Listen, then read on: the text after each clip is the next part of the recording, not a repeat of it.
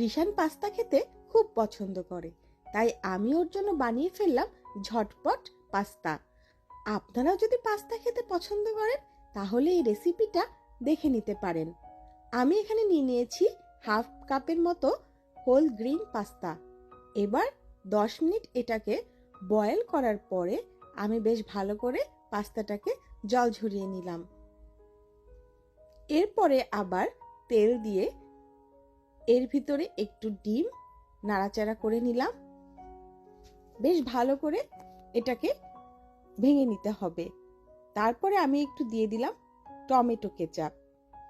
আবারও ডিমের সাথে টমেটো কেচাপটি ভালো করে নাড়িয়ে পাস্তাটাকে দিয়ে দিলাম এবং ফাইনালি দিয়ে দিলাম শ্রেডেড চিজ। এটা যে কোনো ধরনের চিজ ইউজ করলেই হবে। এরপরেই হয়ে গেল ঝটপট পাস্তা। ইয়ামি।